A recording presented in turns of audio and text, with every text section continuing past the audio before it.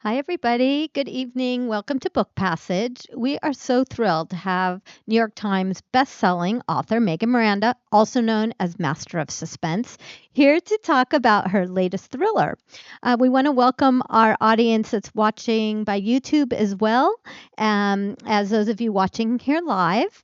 Though we are so thrilled to have audiences back in person, it's fabulous that we can share our events virtually with people literally all over the world, especially because Megan is one of those writers who truly has fans all over. Megan is a prolific writer.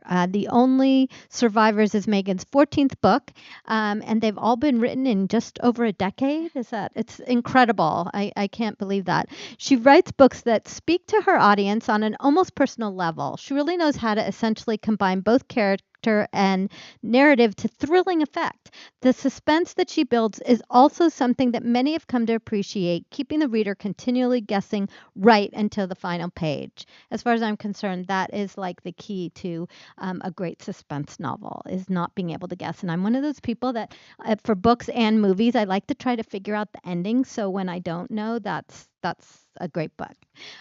Clearly a master of her craft, she has a unique style of writing that draws the reader, something that will carry on for a long time yet. She's beloved by critics and her readers alike and has a huge following of fans who can't wait until she writes her next novel. I've always been a fan of suspense thrillers, as ironically, it takes my mind off of all the real life tragedy present in our world. I don't think I'm the only one because during the pandemic, we saw a serious uptick in book sales for mysteries and suspense. So it must do the same thing for other people. The Only Survivors is a mystery about a group of former classmates who reunite to mark the 10th anniversary of a tragic accident, only to have one of the survivors disappear, casting fear and suspicion on the original tragedy. Megan is the New York Times bestselling author of All the Missing Girls, The Perfect Stranger, The Last House Guest, which was a Reese Witherspoon book club pick, The Girl from Widow Hills, and Such a Quiet Place. She's also written several books for young adults. She grew up in New Jersey, graduated from MIT, and she comes to us from North Carolina. So please give a warm welcome to Megan. Miranda. Thank you so much for having me. Appreciate it. And thank you for the wonderful introduction. Um, I love that you mentioned that the books surprise you and you aren't able to figure out the twist as you're going. And I will confess that when I'm writing, I also have no idea what's going to happen. I'm definitely a plotter. I mean, not a plotter, I am a pantser. And part of the joy for me is like figuring out what the puzzle pieces are going to be. So a lot of my work then happens in revision because of that. But I thought I would start the introduction for this book by talking about the weird, eerie, but totally true thing that happened on my family vacation that inspired this tragic and terrifying story. So, a couple summers ago, I was in Puerto Rico visiting my husband's family, and we decided that we would bring our friends with us who always wanted to visit the area as well. So, we rented a minivan. We thought we rented a minivan. We show up at the car rental site, and there was one van left on site, and it is not a minivan. It is like a tour vehicle, like a small bus. And we're like, well, that sounds like fun. We weren't the ones who had to drive it. That was my husband, but we clambered inside, and my husband put his phone in like there was this little cup holder right next to the door, and we didn't see at the time, but underneath it in very fine print it says, "No phones here." Closes the door. And do you know, like when you're holding a water bottle and then you violently crush it in your hands, you know that sound? That's the sound that came from this side of the door. His phone was completely shattered and ruined, and this was a very ominous start to the vacation. Then things got weird. The next day, my husband and daughter are walking along the beach, and a phone washes up in the surf at their feet. They see something, they dive and get it. It's in one of those like really protective cases, but it is cracked. The phone is dead. It's like covered in water and sand, but they were like, feels like we were meant to find this. Like we just lost a phone, we found a phone. Let's bring it back to the condo, see what happens. So they come back all excited. They found this on the beach. They're going to try and track down the owner. I immediately am like, this sounds like a really horrible idea. Like, this is obviously evidence of a crime, right? Like, I'm not the only one who thinks that this is evidence of a crime. We have just taken it back with us. And they're like, why do you think that way? Like, how is this? But I'm like, this is kind of the normal, helpful when you're writing thrillers. They were like, well, let's just see what happens. They left it out in the sun outside. We went about our day. I kind of forgot about it. We came back at the end of the day. My teenage daughter went back first. We come in and she's casually sitting on the couch and she looks up and she goes, I brought that phone in, plugged it in, it works, and there's no passcode screen. This is like red flag number two. Like, there's no passcode screen. Okay. But they couldn't really get it to work. And I'm like, we've just committed like cardinal sin number two here. We've now turned it on. So if there was a crime that this was involved in, the people can now track us down. This is where my head was going. They managed to find a clue. They couldn't do much. Like the apps kept restarting. They couldn't make calls, couldn't really open anything. They could see one clue, which was the last photo taken. And that was from the vantage point of a jet ski looking out into the sea. Obviously, a crime scene, right? Like now we've seen like the last photo taken. At this point, we've like gone all in. No one is listening to me. No one is interested in the fact that I am like, stop, stop, stop. Terrible things could happen. They find the emergency contact and they decide they're going to call it from their own phones. So now we're making direct contact. And they reach these people, and it was the family members. They had lost this phone 2 weeks earlier on a trip to the beach on a jet ski. So this phone had allegedly survived in the surf for 2 weeks, washed up at our feet. Has a happy ending. We shipped it back to them. And yet, I could not stop thinking about all of these like what if situations. And I eventually was like, obviously, I'm going to have to write this idea. Like, obviously, I'm going to have to write the alternate series of events where my brain was going. So I started to think about all the different ways the people who both lost and found a phone could be connected. And, I was like, okay, who would be here? Is it like a group of family? And I'm like, well, that's too nice. Like friends? Okay, that would be fun. And then I was like, okay, obviously they're going to be the only survivors of a tragic accident. This is a reunion, and it's a reunion that nobody wants to be at. And that's how I first came up with this idea. If you read this book, there is a scene that sounds eerily similar to the one I just described. The main character, Cassidy, is walking along the beach the morning after she arrives, and a phone washes up in the surf at her feet. She picks it up, brings it back to the house to try and track down the owner just to have something to do, discovers that it will turn on and it has no passcode screen. But she can't really get it to do anything. It keeps rebooting. It has like that green screen of death. The story takes a very different turn from here. So I start writing this book and I have to tell my editor, like I call her up and I'm like, the things that you read that you're going to be like, really? A phone washing up at your feet with no passcode screen? Could that really happen? Like, those are the true parts of this book. Everything else is totally made up. So, that scene does exist in this book. Everything else goes in a completely different direction, but everything was kind of created from this plot point. At the heart, though, this is really the story. The story I was interested in telling was really about a group of people who have the same traumatic event or life changing event happen to them, and yet they have completely different reactions to it, and their lives go in completely different directions from there. I was really interested in this idea of the before and the after. So I started coming up with okay, so what happens before? So the story of the before is that when these people were in high school, they were taking a service trip, a volunteer trip into the Tennessee mountains. And their vans went off a mountain road in a storm and they went into a ravine with a raging river. It took them 7 hours to get to safety. And at this point, there were only 9 survivors. And this group of people weren't really friends before this event. Some of them knew each other, but some of them didn't. So I was really interested in like this idea of strangers who are now bound by this one horrifying event. So I started to think about like who would they be? Who were they before? Who were they after?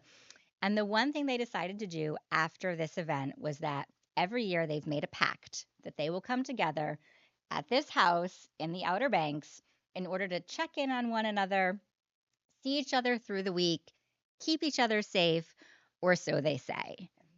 The book begins on the 10-year anniversary. Cassidy really doesn't want to go at this point, but she's just found out that now they are down to only 7 survivors. So she feels like she has to go, make sure everything is okay, figure out what's going on.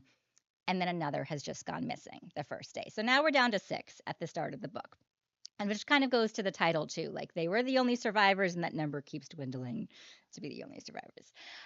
But this cast of characters kind of gave rise to the idea of the structure for me. So if you've read any of my other books, I am fascinated by structure and the way stories are told and why, and who the character is who's going to narrate it and why.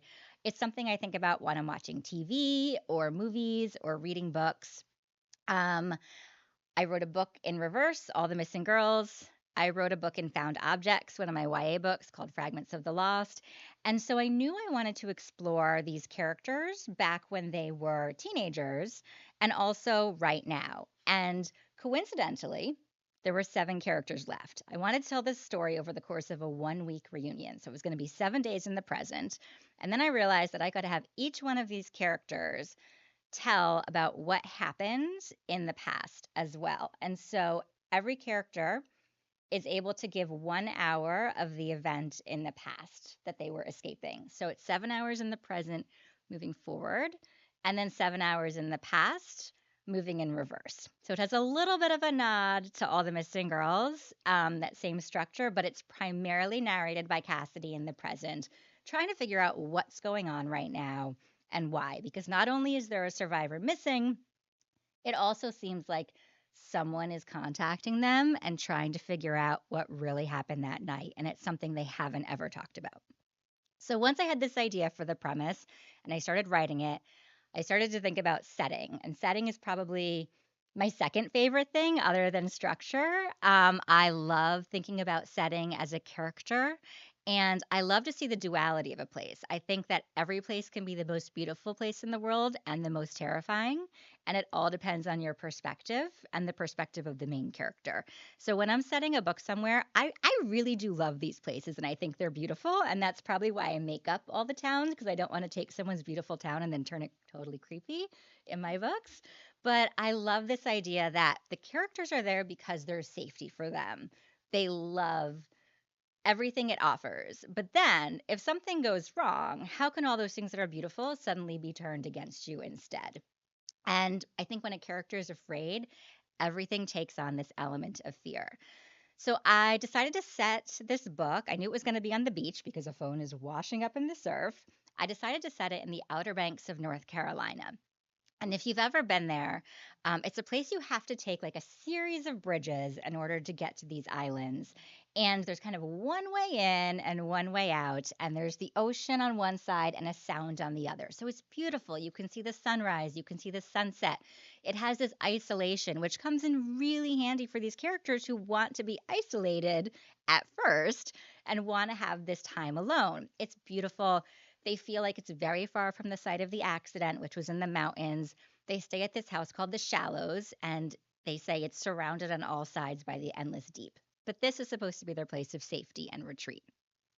And yet, when things start going terribly wrong and it feels like somebody might be watching them, or worse, all these things that they loved can be turned into a trap instead. So there's one way in, and that can be cut off. And suddenly you're stuck in this house with a group of people that you don't know who to trust. You don't know if they've been telling the truth.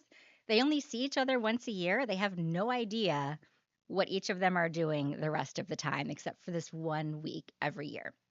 So when I decide on a setting, I like to go visit it. And my husband is like always game for a writing trip. Like he loves to come with me on my research trips because I usually set them in like the woods and the mountains or the beach.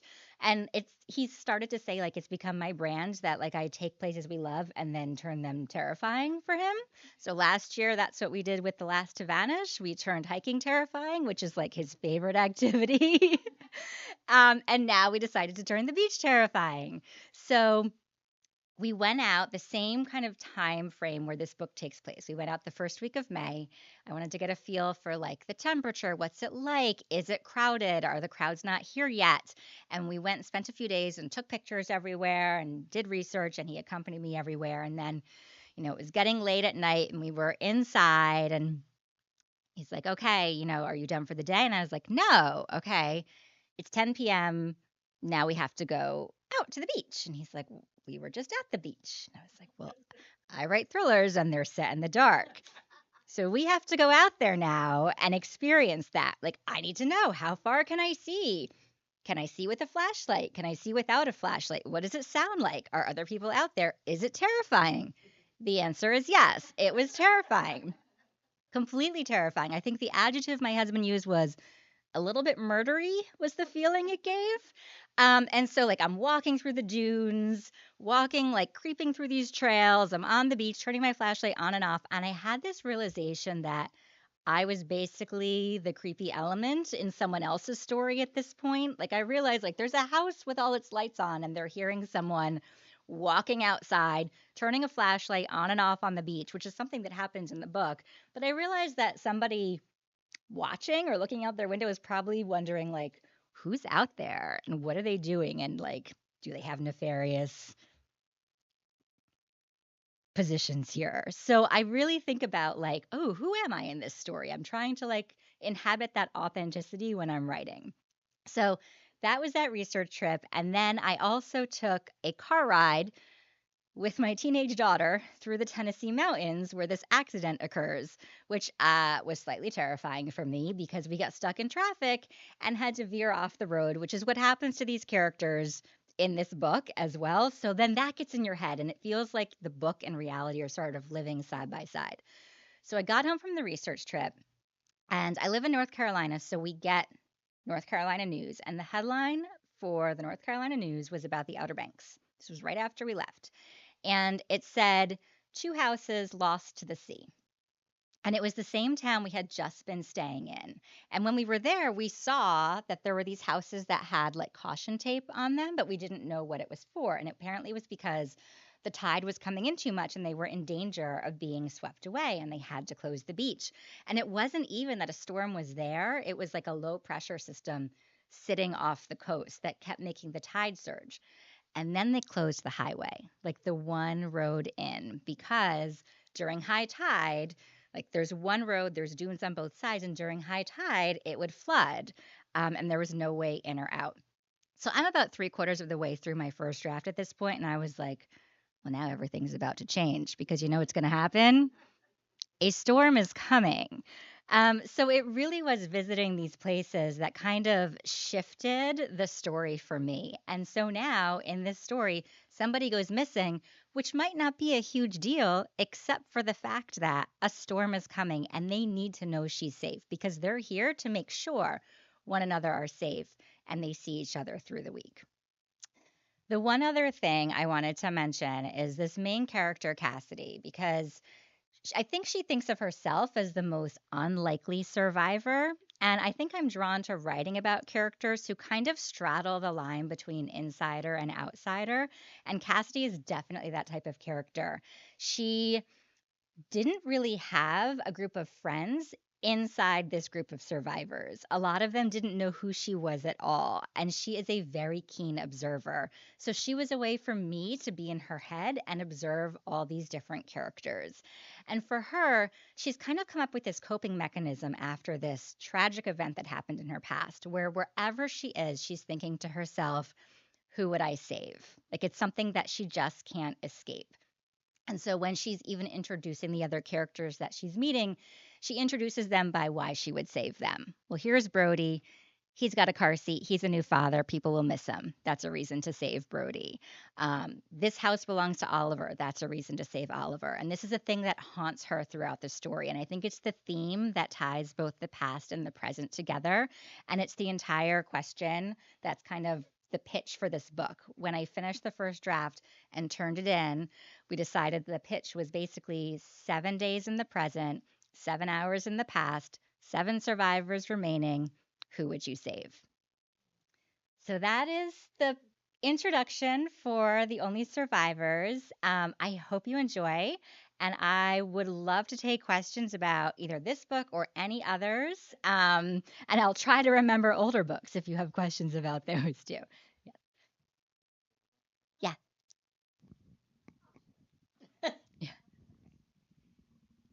Um, when you have young people on their either like on a school trip or Yeah. a service trip and some tragedy happens and somebody dies, to me that is one of the most scariest Yeah. things that there is, especially as a parent and even as a young person. So I think that really sets up this book as, terrifying. Did something like that happen to you or in your community when you were younger? Like, did you have like a very strong memory of a service trip gone wrong? Yeah, no. Thankfully, I have not had any of like the real tragic events that are in my books actually happen, and I think I would feel very like it is a terrifying idea, and I probably wouldn't want to write about it if it was something that had happened to me. But there are remnants of like things I can pull on. So I actually went on a trip when I was a senior in high school, and we took two vans and we were going on a Habitat for Humanity trip. It wasn't the same area, but it was that same idea. And I can remember the long drives and the teachers driving. And so I could pull on little elements like that. um, it's even terrifying, like, I have 2 kids in high school right now, and so, usually, I try to veer away from things that happen to, like, people that are the age of my children. Like, when they were younger, I never wrote about things happening to younger children, and now it's kind of, like, aging up as they age up that I just don't wanna write about that age. But I think because this was what happened to them in the past, I was able to focus on that more. Like these were the people who survived, and they coped with it in very different ways, and they became very different people because of it. And I think some of the people who you would think, okay, this is going to be the person who, she has her whole life planned out to a T and she's going to law school and completely changes her life. Now she lives basically at the site of this accident and is working as in a volunteer capacity there. And then you have people that you would think, okay, this is definitely not the most likely to succeed character, but something happened in the past that has changed who they are. And so I really liked going back into the past, not for the tragic things that they were experiencing, but for the decisions they made for themselves and what that revealed about their character, and also kind of how they changed their own lives because of that or how they saw themselves differently. But that's a really good question because it is the thing that's the hardest to do, I think, is the research when you're writing this because there are stories about things that have happened, not like this, but you find them when you're doing the research, and it is, very tragic and terrifying.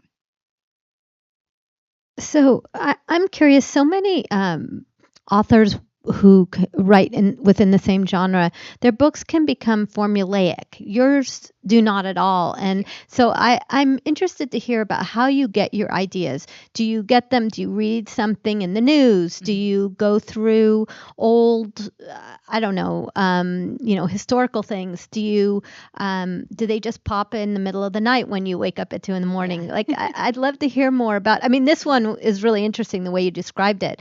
How did they come up, these Yeah. ideas for you? It's a great question and it's different for every book. So this is really the only book where like a plot thing happened where I was like, okay, I think I have a book idea in here and you build it from there. That is usually not the case with me. And usually it's not even something intentional that I'm like trying to dig for something. It's usually that I have an idea for a character and I have another idea sitting over here and they merge together and there's like an aha moment. And I can usually pinpoint when that happens. So for The Girl from Widow Hills, that was probably the closest to like a news thing giving me the inspiration for it. I remember I had been somewhere and news came on and it was talking about like the 20-year anniversary or the 10-year anniversary of like baby Jessica or something. And I was like, oh, wow, I remember that. I remember watching that. And then I thought how interesting that, we're still calling this person that. And I started to think about like all of these people who are the center of these huge media stories. But then I thought, because I write thrillers, like, what if you really don't want to be part of that story? But I didn't start writing this. What really sparked it was after watching the Thai cave rescue. So like I had heard the baby Jessica thing in the past, but then I was watching the Thai cave rescue and found myself becoming so invested. I was so emotionally invested, and I remember the feeling when they were found safe. And so it made me think about this relationship between people who don't know you and the people who are at the center of these stories. And that inspired the idea for a character who was known as the girl from Widow Hills and really did not want to be and tried to leave that behind. It became something totally different. It merged with another idea I'd been having about sleepwalking and different parasomnias, and those came together and formed The Girl from Widow Hills. Such a Quiet Place is another one where like two ideas merged. That book is set in like a very small, close knit neighborhood, and I had really wanted to tell a neighborhood thriller. Like for years, I was like, I'm going to write that neighborhood book one day, but I didn't have a story for it, and I'd been watching a lot of true crime. And it was one day I finished something and I was like, I wonder what happens after. Like, after you think the case is done, after all these people who've been suspects or not, or been interviewed and they're about to go on with their lives or not. And I started thinking, like, well, there's another story just beginning here. And that was Such a Quiet Place. Such a Quiet Place is the story of, somebody who was convicted of a crime and the whole neighborhood was really involved in her conviction and testified against her. You think it's the end, but the book actually begins as she's released when her conviction is overturned, shakes everything up again. So I feel like there's like several different ways I get there. And I wish that I just was like, here's a book idea. And suddenly like 90,000 words appear that I can write. But I feel like it's usually much more gradual than that. And I feel like ideas build in layers. And there suddenly becomes a point where I'm like, okay, there's a novel here. It's not just a plot point. Like The Phone is a plot point in a much bigger thing, but like what's my novel here is something very different. Or I have a character, but I don't have a novel. Or I have like a premise and a setting, or I don't have a novel. And there's some piece of magic that happens when you're like, oh, all the pieces are suddenly here. There's a character, there's a setting, there's the premise, there's the mystery. Um, and I don't have like a very detailed way of finding that other than just living and like reading the news and watching things and just thinking and like thinking about the terrifying things that could have happened in other situations, especially when you're a thriller writer. I think it's helpful to be, I mean, it's helpful when you're writing books, not when you're existing in your daily life. But yes, thank you.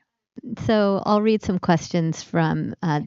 our virtual audience as well. But I'm curious, how long does it take you to write a book? Mhm. Since, as I mentioned in the intro, you were able to write 14 books in 10 years. It's incredible. And what's your process like? Are you one of those I'll sit down and write for 6 hours, or I'll just write for a couple hours now, or when the kids are in school, or what's your process? Yeah, it totally varies and it's changed a lot over the course of a decade, especially because I started writing when my kids were 1 and 3, and now they're both in high school. So when I started writing, I wrote primarily at night when they were sleeping. I had blackout curtains, highly recommend when you need your children to go to bed at 6:30. And that's when I wrote my books. They gave up naps at that time completely, but I wrote books from like 6:30 until 10:30 for those first two books. Now I have no idea how I would do that because I have no like coherent thought after 9 p.m. But then I wrote like during preschool hours and then I wrote during the entire school day. And I realized that like no matter how much time I had, it still took me the same amount of time to write a book, like in days and months or a year. And I think it's because the idea is different than a word count. So I'm not someone who sets myself a daily word count because sometimes progress is realizing I've done something wrong and I need to delete a chapter. And if I just go by word count, then they're not necessarily the right words. I'm just trying to reach like a check at the end of the day. And because I am not a plotter, that can lead to dangerous things. So my process, it sounds boring. Like there's an Excel spreadsheet on my monitor that is kind of like an outline I make as I am writing. But I really just start once I have that, like all those elements where I'm like, okay, I have a character, I have a premise. That's enough. I can dive in. And a lot of that first draft is a discovery draft. And it's like figuring out who these characters are, what their relationships are like, and what they would do, because they wouldn't necessarily do what I think they would do at the start of a book. You get to know them and you get to know what they're afraid of. And they kind of create the plot because of that. So it all moves side by side. So it takes me about 9 months to finish a first draft to get it into a shape where I feel like, okay, it's ready to send in to my editor for feedback. And then sometimes it's one or two revisions, sometimes it's a lot more. I've averaged to about a book a year, and that's what I've been doing right now. There's sometimes I haven't been. So the last house guest took me an extra year to complete because I didn't have the right structure for it at first. I wrote it four different ways before kind of figuring out which way to tell it. And I feel like those drafts weren't lost drafts or wasted. It's like it got me closer and closer to like what's the heart of the story. There were because I started in young adult, there were a few years I was doing both, where I was writing both young adult and adult books. I did not write them at the same time. Um, they kind of overlapped, where I could draft one and then edit another, but I couldn't draft both at the same time. So that's, I think, why I have like the 14 books is because there was a few years that overlapped. But one book a year, I feel like, is where I feel comfortable as long as I get the structure right on the first try. So now I do usually send my first 50 pages for feedback into my editor to be like, okay, does this feel like it's working? I'd like to know now because if you get 350 pages in and then realize that's not working or like you have the wrong narrator for the story, it's a whole lot more work. Yeah. Yeah. They need to So my favorite is Last to Vanish. I want to kind of hear how did you come up with that Mhm. little extra twist at the end? I don't want to give anything Okay. away because I know it's such a good story, but Thank you. how did you find the setting? Mhm. And then also that the twist with the mirror and all. Yeah. Okay, so The Last to Vanish, I'll talk about the setting because that was actually the inspiration. It was the first thing I had for this book idea. And this was inspired because I live in North Carolina and my kids would take class trips down to Charleston. And they would come home and they'd be like, "Oh, and I went on this historical ghost tour." And they loved it. It was like so educational. And I was like, "That's nice." And then I was like, "What if there was a place where there were like ghost tours, but the history wasn't that long ago? Like, what if this history is still living beside them, but it sort of becomes the draw of the place instead?"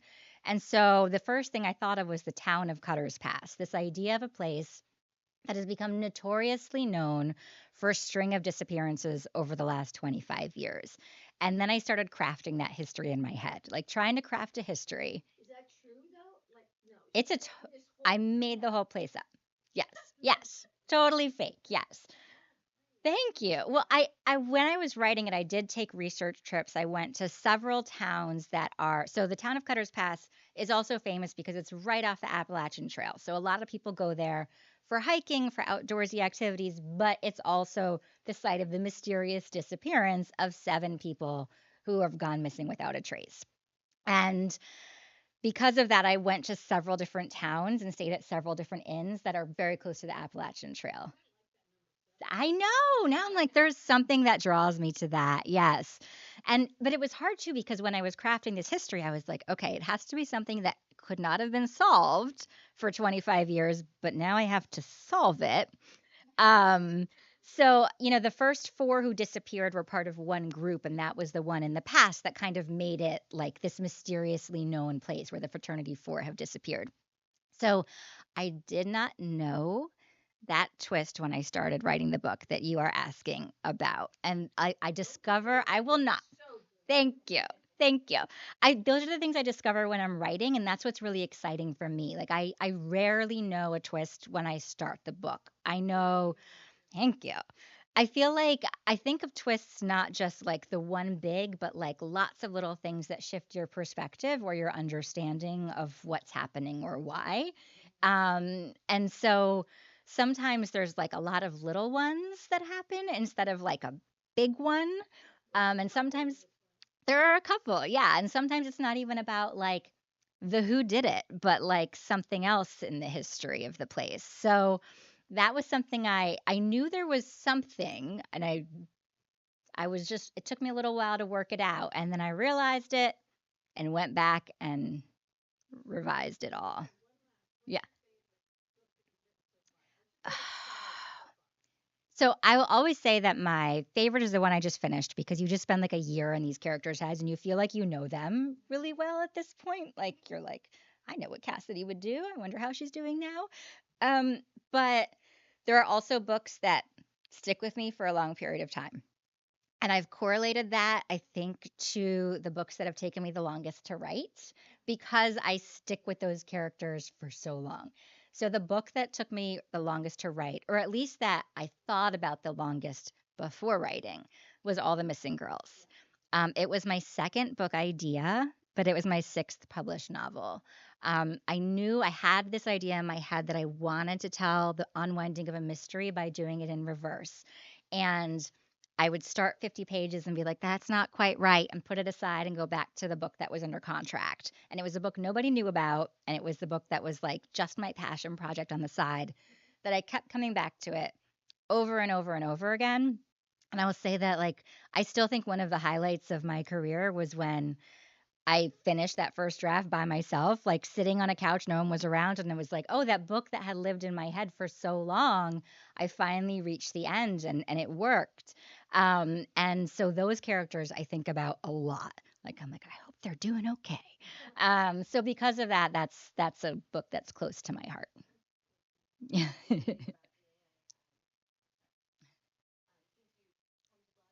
Yeah. Oh, that's a great question. And I feel like series and sequels, I have two different answers for. So, series, I love reading series, but I feel like a lot of series, the main character is somebody who is in an investigative role who would then find themselves in a lot of mysteries.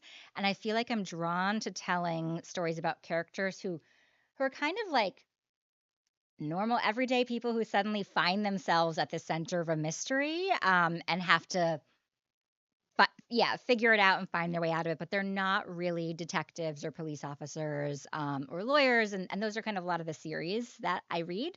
Um, Sequel, I usually am like, well, no, but I'll never say never because my very first book, which was a YA book, I was like, I'll never do a sequel.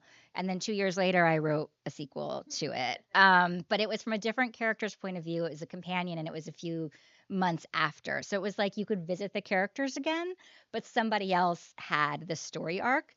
I think the thing that makes me leery about doing a sequel is that I'm a thriller writer and like I like hope the characters are okay at the end of these stories. Like they go through a lot of things to get to the end and I'm like if I'm going to write another story about you, I'm going to have to put you in like a terrible situation again. Like something terrible is going to happen to make this a thriller that you're a part of again. So I won't say never. Like I could see maybe characters coming back, but I also like I hope they're doing okay.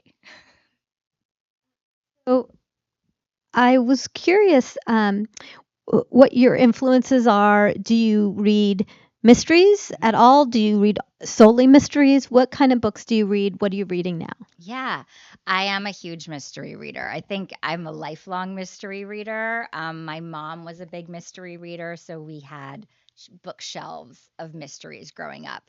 One of my earliest memories is every Thursday, which was my mom's day off, she would take me to the library, let me loose, and I would just come out with stacks of books. But even at a young age, was definitely drawn to the darker side. Like I was interested like I started with Nancy Drew. I feel like a lot of mystery readers and writers start that way. And then somewhere in middle school, I also discovered Edgar Allan Poe, which was like a it was a transition from Nancy Drew to Edgar Allan Poe, but there was something I was really drawn to. I think not just the mysteries that people were solving, but there's mysteries inside other people. I do read pretty broadly. I was also a kid who loved science other than reading. I went to school for science. My first job was in biotech. So I had one of my teachers in high school gave me Jurassic Park by Michael Crichton, which was a book that blew my mind and like made me think of all the different things that are possible in writing and storytelling and incorporating like science questions and ethical questions and thriller and dinosaurs. Like you could do anything. So I do take influences from other places. I don't think I write science fiction, but when I started in young adult, they were based on ideas I got from a weird what if science idea. So there was definitely influences from my previous backgrounds that made it into my books. Now I do read primarily mystery. Because I also now happily get sent a lot of upcoming mysteries and thrillers, which is a huge perk for me. Right now, I'm reading a book that comes out in June. Any Riley Sager fans here? So his new book in June is The Only One Left, and it's so good. So I'm reading that right now. I just read Vanessa Lilly's Blood Sisters, which comes out in September. And then Ashley Elston's First Lie Wins, which is like a twisty con artist book, and that doesn't come out till next January. But so I've been reading a lot of things that are coming out in the future. But I love character-driven suspense. A few of my favorites, other than the ones I've already mentioned, I've always been a huge fan of Harlan Coben, and then Tana French is one of my all-time favorites. I adore her writing, and she writes the Dublin Murder Squad series, if you haven't read them, where it feels like every single this is I love the way she does this series, speaking of series, because every book follows a different detective in the series. But you see some of the other ones in the new books, and it feels like every mystery she writes is like perfectly suited for that detective who has to solve it, and makes them kind of like come face to face with the things they maybe don't want to think about and know about themselves. So I adore her books, and like those are the ones that when the new one comes out, I'm like, I'm gonna save this for when I finish a draft, and it's gonna be like my treat for when I finish it. And I'm gonna save it and like only read a chapter a day, and then I don't. I read it in like 2 days, of course. But yes, and then Megan Abbott is another. Gillian Flynn, of course, with Gone Girl. When I read that for the first time, I was like, "How? How did she do that? How?" And like, you want to go back and read and do it again. So yeah, I think I'm influenced all the time by so many great books, and I feel like that list is just constantly growing. So, two-part question. Do you have any desire to write anything other than mystery, historical fiction or science fiction, like you mentioned? And then also, it's so interesting to me that you started as in science in the field of biotech. And can you talk a little bit about like, did you always want to be a mystery writer, Mhm. or did it just sort of come to you after working out in the world for a while, or where did that origin? What's the origin story? Yeah, I love that question because I feel like you can ask every author their origin story, and like everyone, there's like 100 different paths to becoming a writer. Like there's no one way to do it. And I think that's what I didn't know when I was growing up. And so that's probably why I didn't pursue it first, because I loved both writing and science. I was also very type A. So I was like, well, I know the path to becoming a scientist. Like if I go to school for this, then I can work in this field. And I didn't really know the path to becoming a writer. I just knew I loved to write and to read, and I hoped to continue to do it. And my plan was to continue to do it on the side as I pursued science. The truth is, I gave it up for about a decade. After I graduated college, I worked in biotech, and I loved science. And after I moved to North Carolina, I became a high school science teacher. And then I had 2 kids of my own, and I was home with them, and my first few books were influenced by science ideas and set in the world of high school. So I feel like all those career paths are what give you your unique perspective and voice. And then I think writing, I have 7 young adult books, and I think writing those books influenced me writing these books as well. I think the strong theme in most of my adult books is how the past influences the present. And I think writing these books about teenagers that were thrillers, where these big things happen to them when they're 16 or 17 years old, you reach the end of the book, you hope they're okay, but you know they have like a whole adulthood ahead of them. And I would find myself thinking about them years later, like, do they embrace this as part of their past? Do they try to bury it and forget about it? Do they leave it behind? Does the past ultimately catch up to them? And that basically is, I'd say, a pitch for The Only Survivors, probably All the Missing Girls, probably The Girl from Widow Hills. Like a lot of them have these elements of what happened when these people were younger, who they become because of it, and now the mystery of what's happening now. I think I'm always drawn to writing mysteries. I'm not saying I wouldn't write something else, but I feel like a mystery would still make it into the story because anytime I start writing, it's like, and then dun dun dun. something terrifying happens, even if I'm not thinking it's going to be terrifying at first. So I think that's probably where I'll be for a while. Hi. Do you ever get like writer's block or hit a wall when you're writing, and how do you work through that?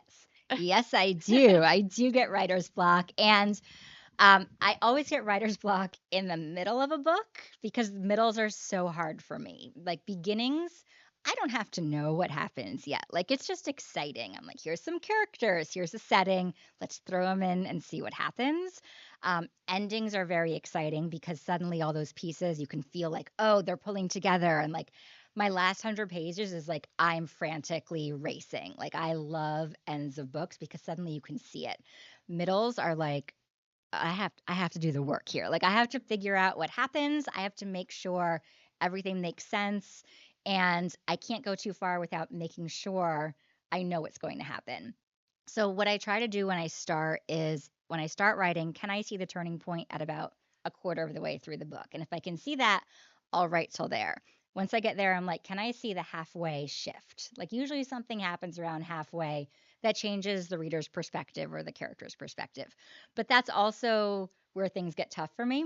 And so writer's block for me is two different things. It's either like I just don't want to do the hard part right now, or it's a sign, and I've learned this the hard way, that I've gone in the wrong direction. Like if I just cannot see a way through and I'm like that I just don't know what happens next, it's probably because I went the wrong path maybe a couple chapters back. So I try to step back and say, okay, let's go back to a few decisions ago and make sure there wasn't some other alternate thing that should be happening right now. One of my friends, my writing friends, suggested like when you're stuck to just make a list of like 50 outlandish things that could happen. Like they can be completely off the wall, but it opens something up in your mind sometimes of like completely different directions you weren't thinking about. But the other thing I do is like I try to change the scenery. I write in the same place every day because I'm a creature of habit. So I write at my desk, in the office, during school hours. So I will leave my laptop behind and I'll take a notebook. I'll go outside. I'll write by hand. And I feel like that frees something up too because I'm not staring at the blank page. I'm not deleting things because I'm not sure of them. I'm just like, let's write a scene and see what happens. And that usually breaks something open for me, even if it's not the scene that should be next. I'm like, just write something. And it usually is, it'll be like, oh, this is a scene that's going to happen later, but now I can write my way there. But thank you for that question. Good.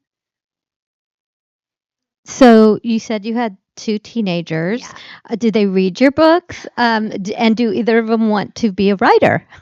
So both of my kids right now are more geared for the science and math path.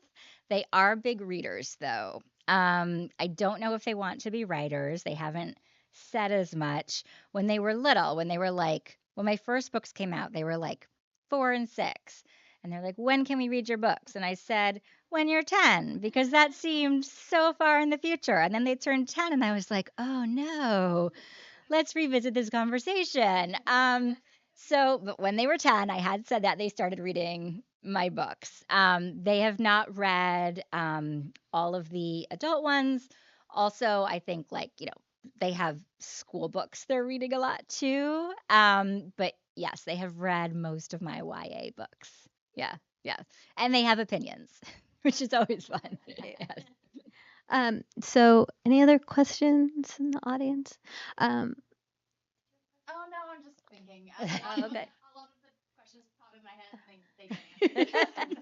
Well, I actually had a final question that seems like sort of an obvious one that your books are seem so ready and ripe for TV or movies, and I wondered, have any of them been bought the rights? Are any of them in production? What do you think? And would you want to write the screen Ooh. plays for any of them? But I just think that when I read them, especially your mysteries, I mean, some mysteries don't you can't picture it as easily, but yours seem like they'd be great for like a either movies or limited series. Thank you. I would love to see any of them turned into either a movie or TV or limited series.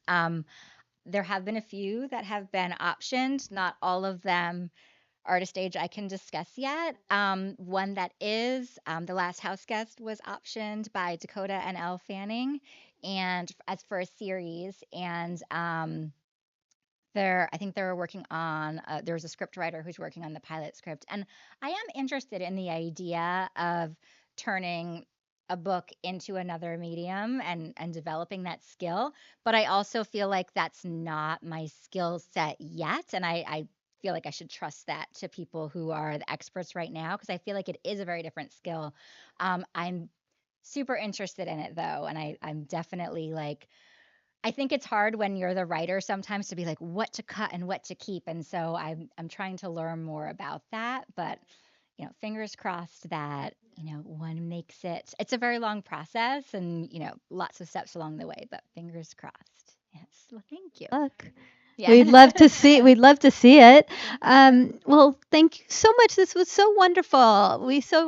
You're welcome. We so appreciate learning so much about your process and your books, and we can't wait. I'm so glad it only takes you a year or so because then every year we can look forward to expecting another one. Myself now. Oh yeah, okay. Well, 2 years maybe. We'll give you an extra year. Yeah. So thank you, and thank you all for being here. I want to thank our virtual watchers as well. And we're going to have signed copies of the book. If you want to call and order one, order it online. You can do that. For our audience members, she'll be here signing books.